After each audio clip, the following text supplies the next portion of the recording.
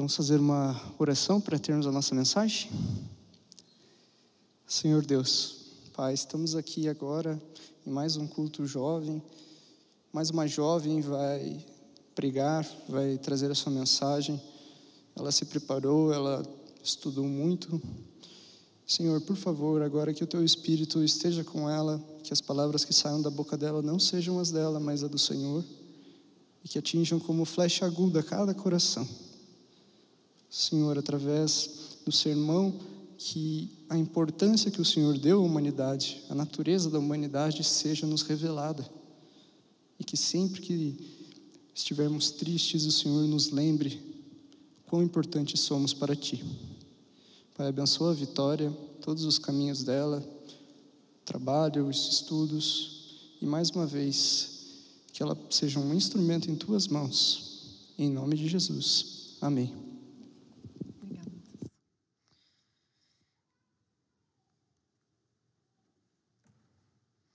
Vamos lá, então. Boa noite a todos. Como vocês viram, eu sou a Vitória. E é um privilégio estar aqui na frente falando para vocês, mas também é uma grande responsabilidade. Vocês não têm noção do que é estar aqui e ver as pessoas e saber que tem mais um monte de gente online, né? Então, eu também queria dar uma boa noite para aqueles que estão nos assistindo pela internet. E dizer que, assim como é muito bom estar aqui, dá um medinho.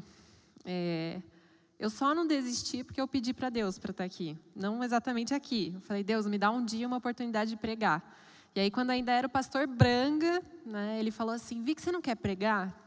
Eu falei, como é que eu vou dizer não, né? Se eu pedir e Deus me ouviu. Então, cuidado com o que você espere, porque Deus realiza. E assim, desde o dia que eu disse sim para o pastor Branga, não tem um dia que eu não penso, mas e se eu desistir? Né? E se eu falar que eu não vou poder, que talvez tenha alguém mais capacitado? E não tem um dia que eu não pensei nisso, mas o chamado é de Deus. Né? Então, quando Deus chama, a gente não pode dizer não. A primeira coisa que eu queria comentar aqui na frente é sobre ouvir a voz de Deus. Você em algum momento já quis ouvir a voz de Deus? Em quantos momentos da minha vida eu não queria que Deus me falasse exatamente o que eu tinha que fazer? Ou que eu viesse com uma receita. Quando você chegar nesse momento da sua vida, você vai por esse caminho. Quando você tiver que escolher a sua profissão, você escolhe essa. Quando você tiver que casar, você casa com essa pessoa. E aí, muitas vezes eu orei e falei, Deus, por que você não fala de forma audível? Se o Senhor falar, eu prometo que eu vou obedecer. Tentei fazer uma barganha ali, né? Fala, Senhor, se o Senhor falar, eu juro que eu obedeço. Mas não deu. Eu não ouvi a voz de Deus da forma que eu gostaria, né? E eu acredito que você, em algum momento, já deve ter pedido para Deus para ouvir a voz dele. E como eu queria que a gente hoje em dia pudesse ouvir, né? Eu olhava lá para a Bíblia, eu via Moisés, eu via quando ele subiu e viu a glória de Deus, eu via a nuvem no deserto, eu falei, Deus, por que eu não posso receber? Eu sei que eu não sou Moisés, mas, né? Dá um pouquinho para mim também. E eu pedi tanto para Deus, para Ele me falar de uma forma audível, mas essa resposta não veio. E talvez você já se frustrou com isso também e pensou que talvez você não era o preferido, né? Não, para alguém, Deus faz isso, mas para mim não. Mas é aí que a gente se engana. Porque Deus me mostrou que hoje Ele fala com a gente de formas diferentes, né? E que formas são essas? Lá atrás, o pessoal realmente ouvia a voz de Deus, como vocês me ouvem agora. Mas hoje em dia nós temos duas coisas que eles não tinham. A primeira, nós temos o exemplo de Jesus Cristo. Jesus é o verbo. Então, se tem alguém que é a palavra de Deus personificada, essa pessoa é Jesus. Se a gente quer ver o que Deus tem para nos dizer hoje, a gente olha para a vida de Jesus, lá na Bíblia. Como Ele nasceu de forma humilde, como Ele viveu servindo as pessoas, como Ele morreu numa morte de cruz. E como antes de morrer na morte de cruz, Ele pediu, humanamente falando, para que Deus passasse dele aquele cálice, mas, sobretudo, Ele obedeceu a Deus. Então, se você quer ouvir a voz de Deus hoje, você pode olhar para Jesus. Olha para a vida dele. Olha como é que ele agiu com as pessoas. Olha como é que ele reagiu às críticas. Como é que ele reagiu às pessoas. Jesus é um exemplo. Então, nós temos a vida de Jesus para a gente olhar e para a gente conseguir ver a Deus. Mas nós temos um outro recurso, que é a Bíblia, né? A Bíblia, muitas das vezes em que ela é mencionada, ela é colocada como a palavra de Deus. Você sabe por quê? Porque todas essas pessoas que escreveram nesse livro, elas estavam inspiradas pelo Espírito de Deus. Então, se isso aqui, que você lê hoje, chegou até você, é porque Deus permitiu que isso chegasse. Deus entendeu, Deus inspirou aquelas pessoas a escreverem o que está aqui. E por que eu estou falando tudo isso? Porque hoje na mensagem a gente vai ler vários textos da Bíblia. A gente vai viajar entre vários locais da Bíblia, Velho, Novo Testamento. E eu até fiz um slide, porque eu sei que se eu pedisse para vocês encontrarem todos os textos que eu vou falar, talvez a gente não terminasse hoje. Mas você precisa entender que quando você lê o que está escrito aqui, não é um apóstolo falando, é o próprio Deus que queria falar essa mensagem para você hoje. E eu acredito que cada um de nós que estamos aqui hoje, tanto no presencial quanto no online, Deus tem um propósito para nós através dessa mensagem. E alguns desses textos aqui, eles vão te dar uma chicotada. Você não vai gostar de ouvir.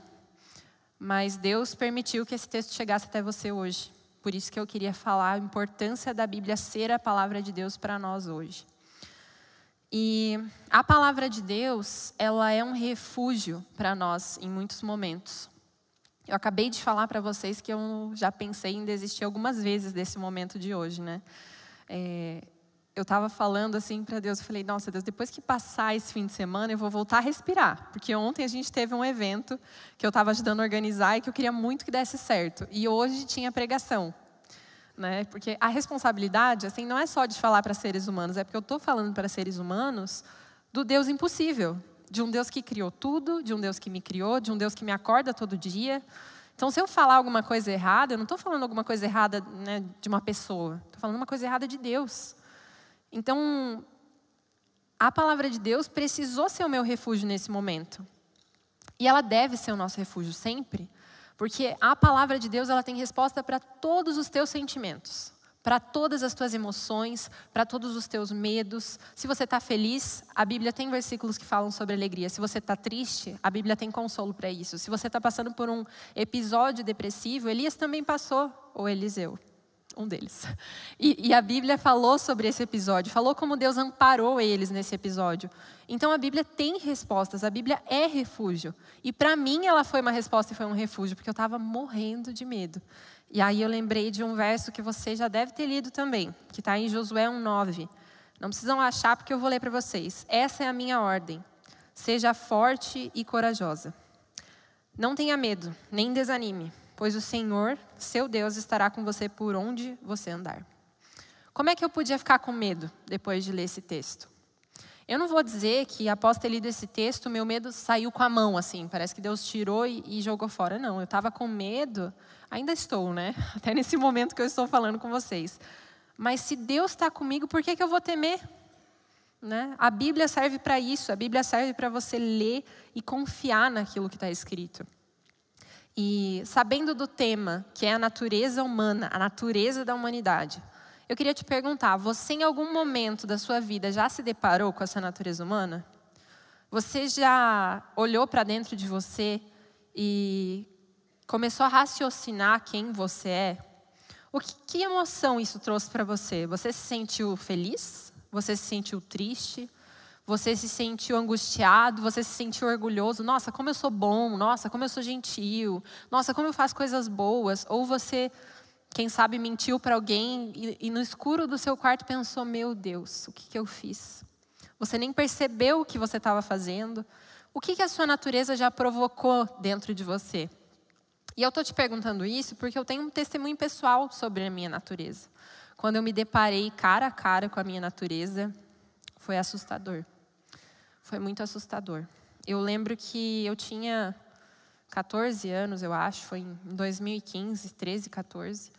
E, bom, alguns de vocês devem me conhecer, né? Eu nasci e cresci aqui nessa igreja, devem ter me visto correndo nesses corredores. Não nesses, porque era na igreja antiga, né? Mas devem ter me visto neném, alguns me pegaram no colo. E eu cresci nessa igreja, eu cresci ouvindo a mensagem de Deus, eu venho de um berço adventista. Mas eu não tinha tido meu encontro pessoal com Deus até o momento que eu entendi a minha natureza. E talvez você hoje esteja sentado aqui nesses bancos e seja um membro batizado, como nesse momento, em 2015, eu já era um membro batizado da igreja, mas eu nunca tinha me encontrado com o meu Deus, porque eu nunca tinha reparado sobre a minha natureza humana. E eu lembro que nesse momento da minha vida, eu estava em um conflito interno muito grande. Porque eu olhava para mim e eu não estava satisfeita. Eu não estava satisfeita com as minhas companhias, eu não estava satisfeita com as minhas atitudes. E eu estava vendo que o caminho que eu seguia não ia chegar em lugar nenhum. Ou ia, mas não ia ser um lugar positivo. E aquilo me desesperou, porque eu falei, o que eu faço agora? Vou tentar mudar, como qualquer um de nós pensaria. E eu tentei. Eu tentei um dia, eu tentei um mês, eu tentei meses, e eu não conseguia mudar. E foi isso que me assustou. Porque embora eu soubesse o que eu tinha que fazer, eu não tinha forças para fazer o que eu precisava. E eu lembro que foi nesse momento que uma amiga minha que estudava na minha sala, filha de um pastor, ela olhou para mim e falou assim, você já leu Romanos 7? E eu acho que eu já li Romanos 7, acho que eu já tinha lido no caso, né? Porque eu participei dos Aventureiros, eu participei dos Desbravadores, eu participei do Ministério Rebeca, então em algum momento alguém deve ter lido esse texto para mim. Mas eu não me lembrava, e a Bíblia não era um livro pessoal para mim. A Bíblia era um livro que um dia homens inspirados tinham escrito, que ficava ali na minha cabeceira, que eu lia para cumprir um checklist do ano bíblico, mas que não passava disso. Eu não conseguia enxergar naquelas palavras a mensagem de um Deus pessoal para mim. E eu falei para ela, não, eu nunca li Romanos 7. E, para deixar vocês curiosos, eu não vou ler Romanos 7 agora. Eu vou prosseguir para o tema, para depois a gente voltar nesse verso que mudou a minha vida. Mas antes disso, eu queria fazer uma oração, para que Deus esteja com a gente, esteja comigo, né? E esteja conosco. Nós que vamos ouvir essa mensagem, a mensagem também é para mim. E que Ele possa nos abençoar nesse momento. Oremos. Querido Jesus, Senhor, muito obrigada porque o Senhor me deu a oportunidade de estar aqui. E o Senhor trouxe essas pessoas aqui. As que nos ouvem através da internet, as que estão aqui presencialmente. Deus, obrigada pela sua misericórdia. Obrigada pelo seu amor. Senhor, a despeito de mim, mesmo que eu seja falha, pecadora, que eu peque contra o Senhor todos os dias, não olha para as minhas maldades, para as minhas iniquidades. Olha para essas pessoas que estão sedentas da tua mensagem e que tudo que tem dentro de mim que é meu seja tirado para que eu possa ser um canal para o Espírito Santo e que, como eu li ali atrás em Atos, que ao final dessa oração o Espírito Santo possa estar em todos nós para que a gente anuncie corajosamente o teu evangelho. Esteja conosco agora, Senhor. Isso aqui é para te honrar, para te glorificar e para te conhecer mais. É isso que eu te peço e te agradeço em nome de Jesus. Amém. E mais um testemunho pessoal antes de eu começar. Eu adoro os versículos do dia, né? Eu sempre leio os versículos do dia. E quando eu fui ler ali atrás, era justamente esse verso de Atos, que falava que depois que a oração terminou, Deus tomou conta dos apóstolos e eles começaram a pregar corajosamente o evangelho. E ali eu tive certeza de que Deus ia pregar comigo corajosamente. Então vamos lá. Diante disso, ali no slide que eles vão projetar agora, essas são as minhas primeiras perguntas. Quem é você? Quem é o homem? Né? A gente pode buscar várias definições, as definições filosóficas, as definições, né, estritamente físicas, materialistas, mas eu acabei de falar que a Bíblia é a nossa resposta, que a palavra de Deus é a nossa resposta, que a gente deve buscar a nossa resposta em Deus. Então é isso que nós vamos fazer hoje. Nós vamos descobrir quem somos nós diante dos olhos de Cristo, de Deus, do Espírito Santo. E eu queria te levar para Gálatas. Gálatas capítulo 5, versículo 19 a 21. Antes disso, eu queria que você entendesse que eu coloquei os versos ali no slide, mas eles estão na nova versão transformadora. Tá? Então talvez esteja um pouquinho diferente na sua versão, mas a essência é a mesma. Tá? Então vamos lá, vamos ler o primeiro. Gálatas 5, 19 a 21, então. Quando seguem os desejos da natureza humana, os resultados são extremamente claros. Imoralidade sexual, impureza, sensualidade, idolatria, feitiçaria, hostilidade, discórdias, ciúmes, acesso de raiva, ambições egoístas, dissensões, divisões, inveja, bebedeiras, festanças desregradas e outros pecados semelhantes. Então, só para você entender a logística do slide. Ali embaixo, onde tem aquelas palavras pequenininhas, de cada texto eu fui tirando as características da nossa natureza humana. Então, desse texto, tudo que eu consegui tirar da nossa natureza está ali embaixo. Então, assim, o que esse texto está falando? Que se Deus retirar a misericórdia dele da sua vida e te entregar para a sua natureza humana, para você fazer o que você puramente faria sem Deus, você só vai produzir imoralidade, impureza, sensualidade, idolatria, feitiçaria, hostilidade, discórdia, ciúme. Em algum momento você deve ter olhado para você e você produziu um desses aqui. Sabe o que era isso? Era puramente você. Sabe quando você olhou para um assassino e falou, como alguém pôde fazer isso? Poderia ser você. Se Deus tivesse te entregado para a sua natureza humana. Se a misericórdia dele na sua vida não tivesse te impedido de cometer um assassinato, talvez fosse você. Talvez se você negasse a voz de Deus na sua vida, talvez se você não tivesse nascido num lar cristão, talvez se você não tivesse as mesmas possibilidades que as pessoas têm, talvez fosse você. E aí a ideia do julgamento ela cai por terra. Porque o que diferencia eu do assassino, eu do ladrão, eu de crimes hediondos, é a misericórdia de Deus na minha vida. Não é porque eu sou boa, não é porque eu sou gentil, não é porque as minhas qualidades são maravilhosas, é porque Deus olhou para mim e teve misericórdia. O próximo texto vai estar em Romanos 3. E o próximo texto diz o seguinte: como afirmam as Escrituras, ninguém é justo, nenhum sequer. Ninguém é sábio, ninguém busca Deus. Todos se desviaram, todos se tornaram inúteis. Ninguém faz o bem, nenhum sequer.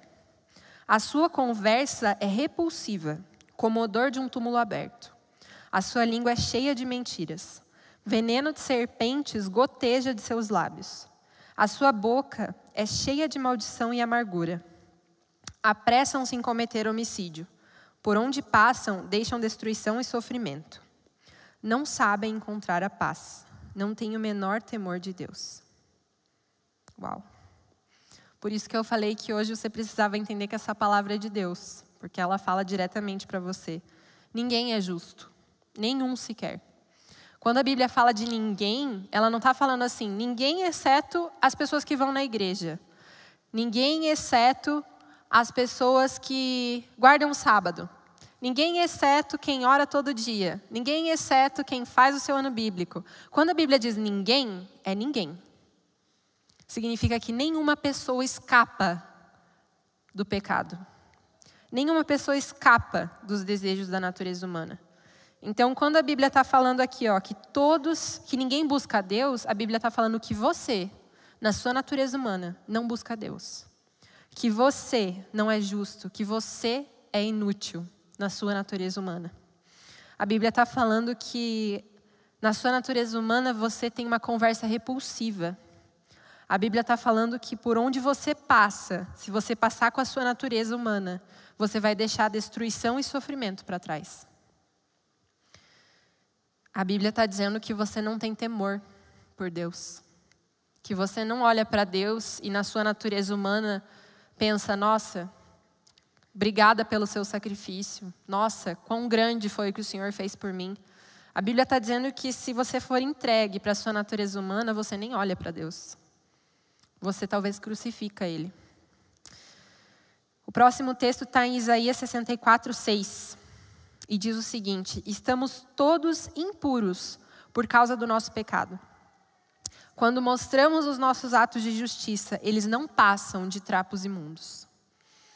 Eu não sei se você sabe o que significa trapos imundos. pelo contexto histórico da Bíblia, mas significava o pano que ficava retendo a menstruação das mulheres que naquela época não tinham absorvente como nós temos hoje.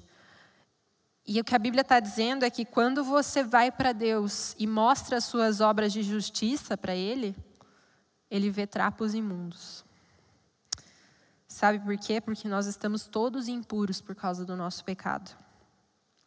Sabe quando você vai orar e fala assim: Deus, por que você não me cura da minha doença? Eu dou o dízimo, eu leio a Bíblia, eu dou comida para os pobres, eu cumpro os teus mandamentos. Sabe o que Deus vê quando você faz isso?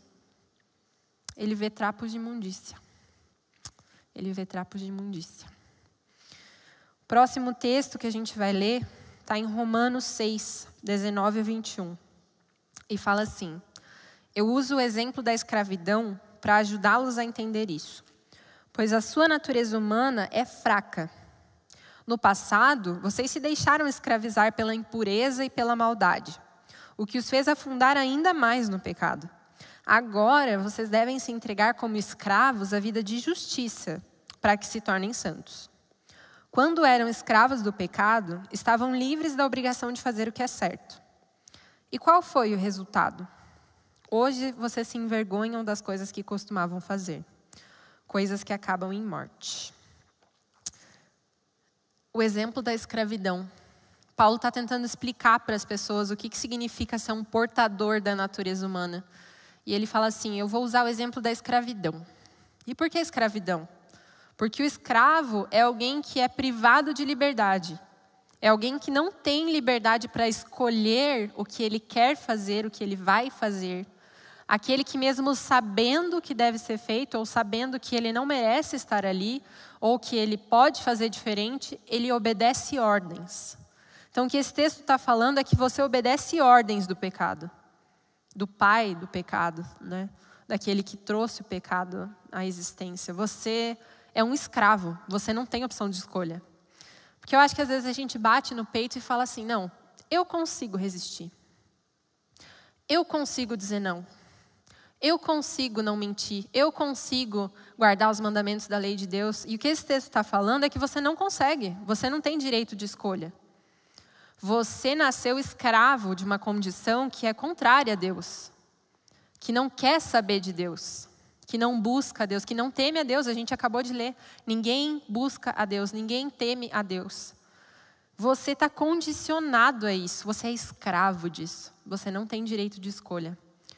Mas aí Paulo fala: vocês devem se entregar como escravos à vida de justiça. Ou seja, ou você vai ser escravo do pecado, ou você vai ser escravo de justiça. Porque a sua natureza humana é fraca. Se você quiser ser livre, você vai voltar para a sua escravidão do pecado. E essas coisas, Paulo pergunta ali: qual foi o resultado? Quando vocês permaneceram escravos do pecado, quando vocês achavam que eram livres e que tinham direito de escolha e continuaram a fazer aquelas coisas, né? Qual foi o resultado? E ele mesmo responde: hoje vocês se envergonham. O pecado, ele produz vergonha para nós. Porque nós fomos criados por um Deus que nos criou para as boas obras. Então, quando você peca, isso te produz vergonha, não porque você sabe pela lei que isso é errado, mas porque a lei está dentro de nós. Deus nos criou para as boas obras. E o pecado, ele produz vergonha. Você já deve ter se envergonhado por causa de algum pecado seu. O próximo texto está em 1 Coríntios 3, 22 e 3. E esse aqui foi o que mais me abalou. Porque ele diz assim: ainda são controlados por sua natureza humana. Paulo estava falando para a igreja de Coríntios. Eu recortei o texto, né? Mas quando ele estava falando para essa igreja, ele falou assim para eles: vocês ainda são controlados pela natureza humana.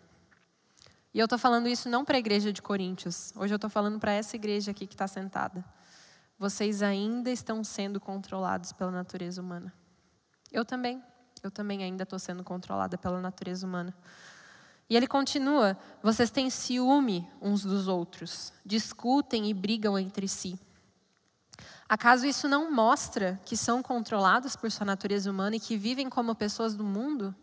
Sabe quem são as pessoas do mundo? Somos nós, quando nós vivemos de acordo com a nossa natureza humana. É isso que o texto está falando.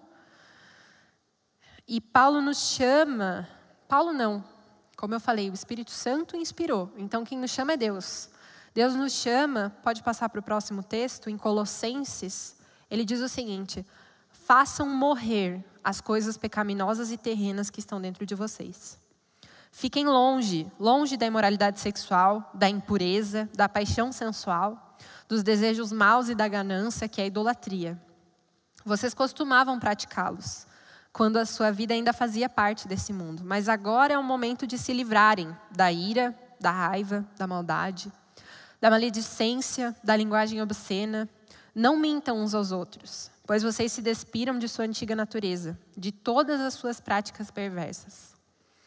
Isso aqui é legal porque ele traz várias práticas perversas que não estão nos 10 mandamentos. Que às vezes a gente chega para Deus assim: eu cumpro os 10 mandamentos, né? Como o jovem rico.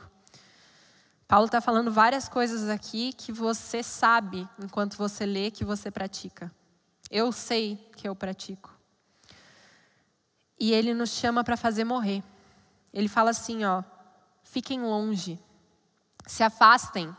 Se isso está te levando para um lado, se isso está se isso está de um lado, se afastem, vá para o outro. Ele até dá uma dica de como a gente faz para fugir da nossa natureza humana, né? Se Deus está apontando para lá e a sua natureza está apontando para lá, você vai para onde Deus está apontando, se afastem. Porque a sua natureza humana é fraca. Se você andar ali perto, você vai cair. E aí, outro texto que acaba com a gente. Romanos 8:8. Aqueles que ainda estão sob o domínio de sua natureza humana não podem agradar a Deus. Isso aqui... Sabe quando a Bíblia diz que a palavra de Deus corta como uma espada? Isso aqui mostra que você não pode agradar a Deus, se você ainda estiver dominado pela sua natureza humana. Se você ainda manifesta as coisas da natureza humana na sua vida. E alguém deve ter pensado enquanto eu falava: meu Deus, o nível de exigência disso, né? Como é que eu vou me livrar, às vezes, de falar mal dos outros? Eu nem percebo, eu estou falando mal dos outros. É isso que é a sua natureza humana. É você ver que nem quando você quer fazer o que é certo, você não consegue, porque você faz sem saber que está fazendo. Ai, mas fofocar é errado. Mas, meu Deus do céu, é automático. Eu fofoco sem saber que eu estou fofocando. Daqui a pouco tem um print de uma conversa lá no chat da minha amiga. Eu nem sei como é que foi parar lá. Isso é a sua natureza humana. E enquanto ela dominar a sua vida, enquanto ela te fizer de escravo, você não pode agradar a Deus. E aí eu queria voltar lá para a história do começo. Agora nós vamos ler Romanos 7. Eu sentia que o pecado ele superabundava dentro de mim. E eu vou até fazer um pedido agora para o pessoal da produção não passar os slides antes de eu passar, porque senão vai estragar uma surpresinha. E assim, eu sentia que o pecado superabundava dentro de mim.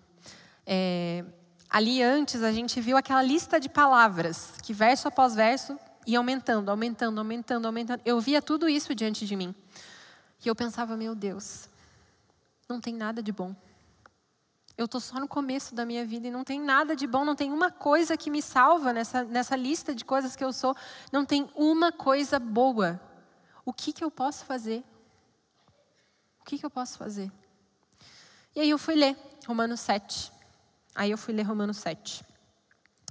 Então, em Romanos 7 está escrito o seguinte. Agora eu quero pedir que vocês abram, para que vocês leiam na Bíblia de vocês algo que vai ser bom. Não se adiantem no texto. Leiam junto comigo, não se adiantem.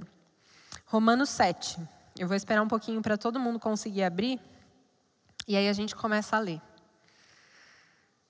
E agora se concentra para ler, porque isso aqui você vai ver que às vezes tem muito a ver com o que você sente. Você vai ver que a Bíblia parece que foi escrita para você. Que o sentimento que eu tive quando eu li esse texto pela primeira vez foi: nossa, poxa, isso aqui está falando o que eu sinto, né? Quem sabe foi escrita para mim. Em Romanos 7, versículo 15, a gente vai começar a ler. Fala o seguinte: eu não entendo a mim mesmo, pois eu quero fazer o que é certo, mas não o faço. Em vez disso, eu faço aquilo que odeio. Mas se eu sei que o que eu faço é errado, isso me mostra que eu concordo que a lei é boa. Portanto, não sou eu quem faz o que é errado, mas o pecado que habita em mim. E eu sei que em mim, isso é, em minha natureza humana, não há nada de bom. Pois eu quero fazer o que é certo, mas não consigo. Quero fazer o bem, mas não consigo. Não quero fazer o que é errado, mas ainda assim faço. Então, se eu faço o que eu não quero, na verdade não sou eu quem faz, mas o pecado que habita em mim. Assim eu descobri essa lei em minha vida. Quando eu quero fazer o que é certo, eu percebo que o mal está presente em mim. Eu amo a lei de Deus de todo o coração. Contudo, há outra lei dentro de mim que está em guerra com a minha mente e me torna escravo do pecado que permanece dentro de mim. Como sou miserável! Quem me libertará do corpo mortal dominado pelo pecado? Era exatamente assim que eu estava me sentindo. Era exatamente assim que eu estava me sentindo. Caiu como uma luva, porque era exatamente isso que eu estava sentindo. E a minha pergunta principal era aquela ali. Quem me libertará desse corpo mortal e dominado pelo pecado? Mas o texto não acaba aí. Sabe por quê? Porque Paulo continua dizendo. Ele diz assim: graças a Deus. A resposta está em Cristo Jesus, nosso Senhor.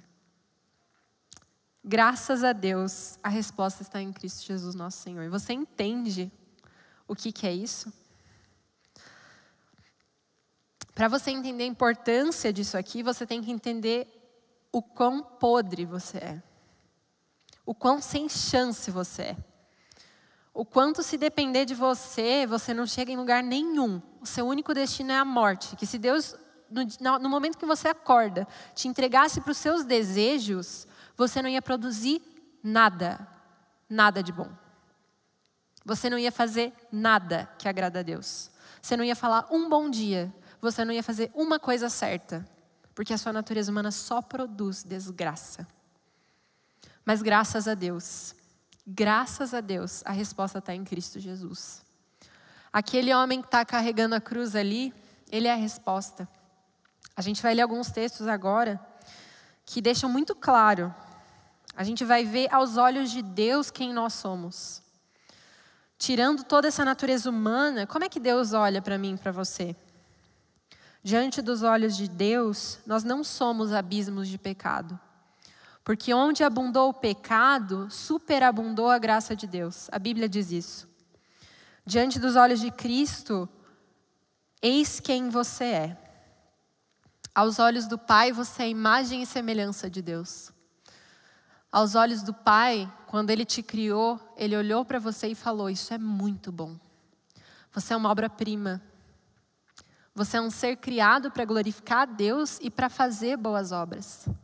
Você é um ser fruto do amor e feito para ser amado. E agora a gente vai ver cada um desses, onde a gente pode encontrar na Bíblia.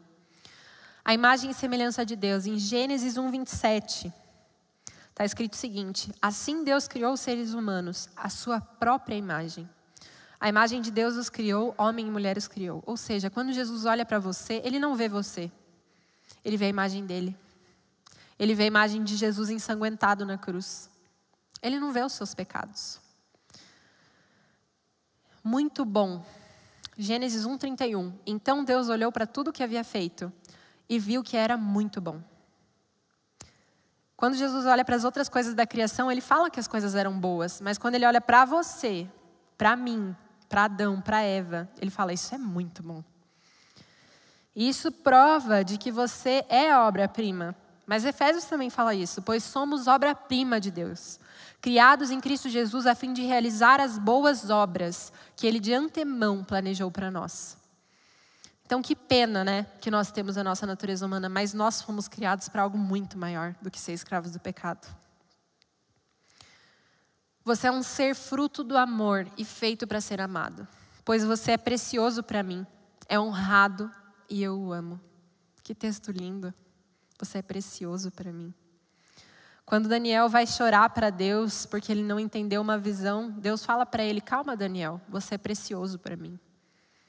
Quando você vai chorar com os seus problemas diante da cruz, Deus olha para você e fala: calma, você é precioso para mim.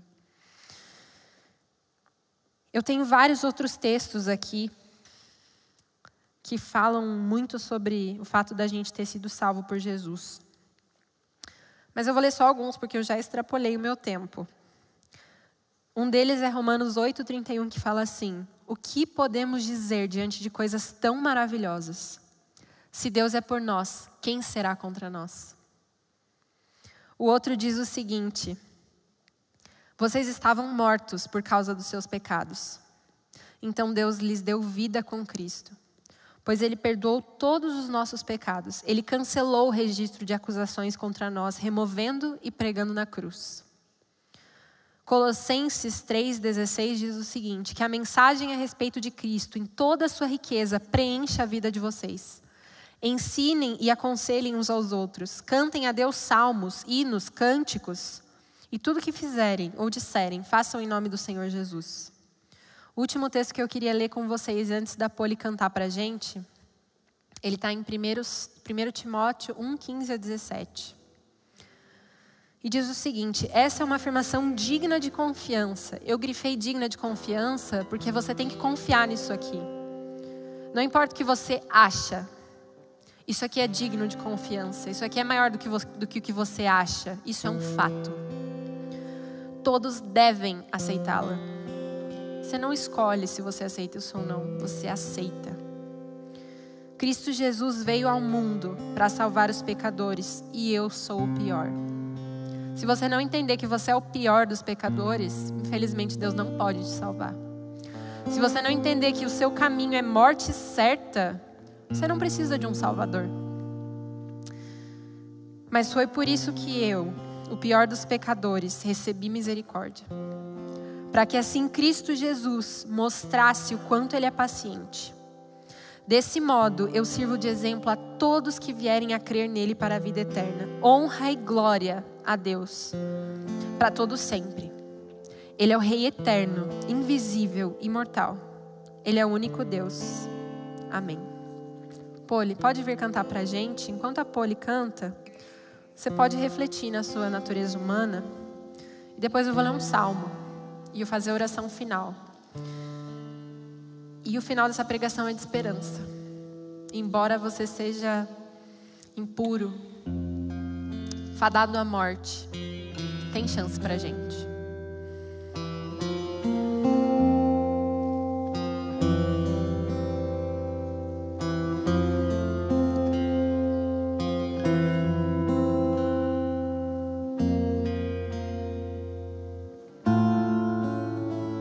Um dia no jardim, o mal se levantou, trazendo a desarmonia,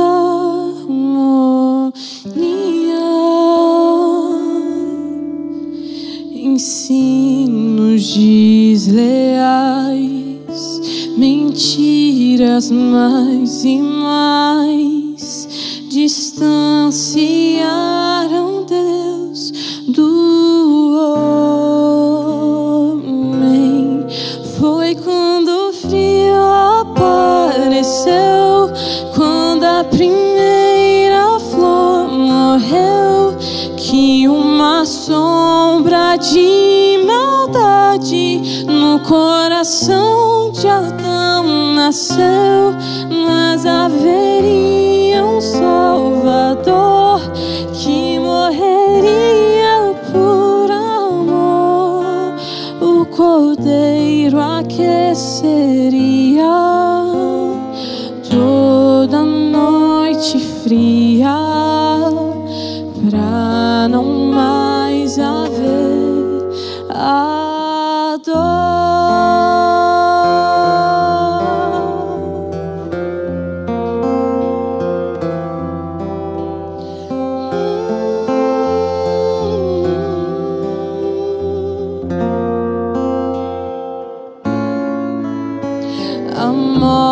A dor cruel rasgaram o fino véu da consciência do pecado.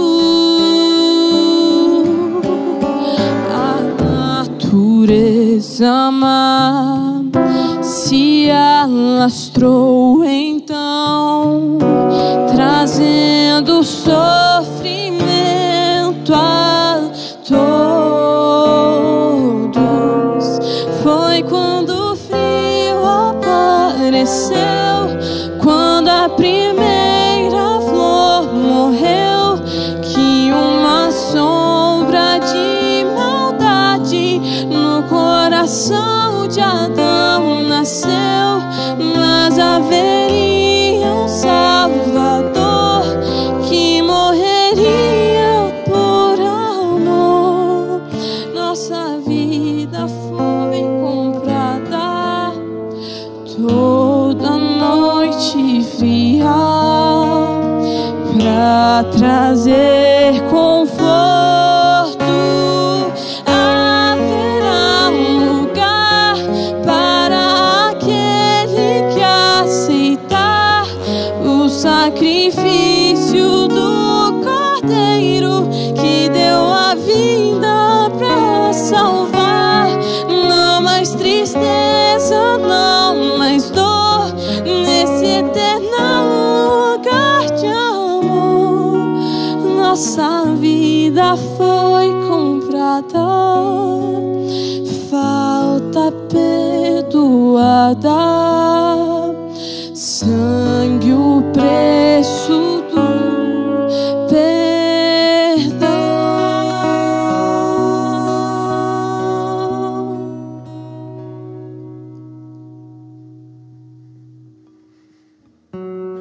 Agora, enquanto eu vou ler Salmo 51, eu queria que você fechasse os seus olhos e meditasse nessas palavras e fizesse da oração de Davi a sua oração.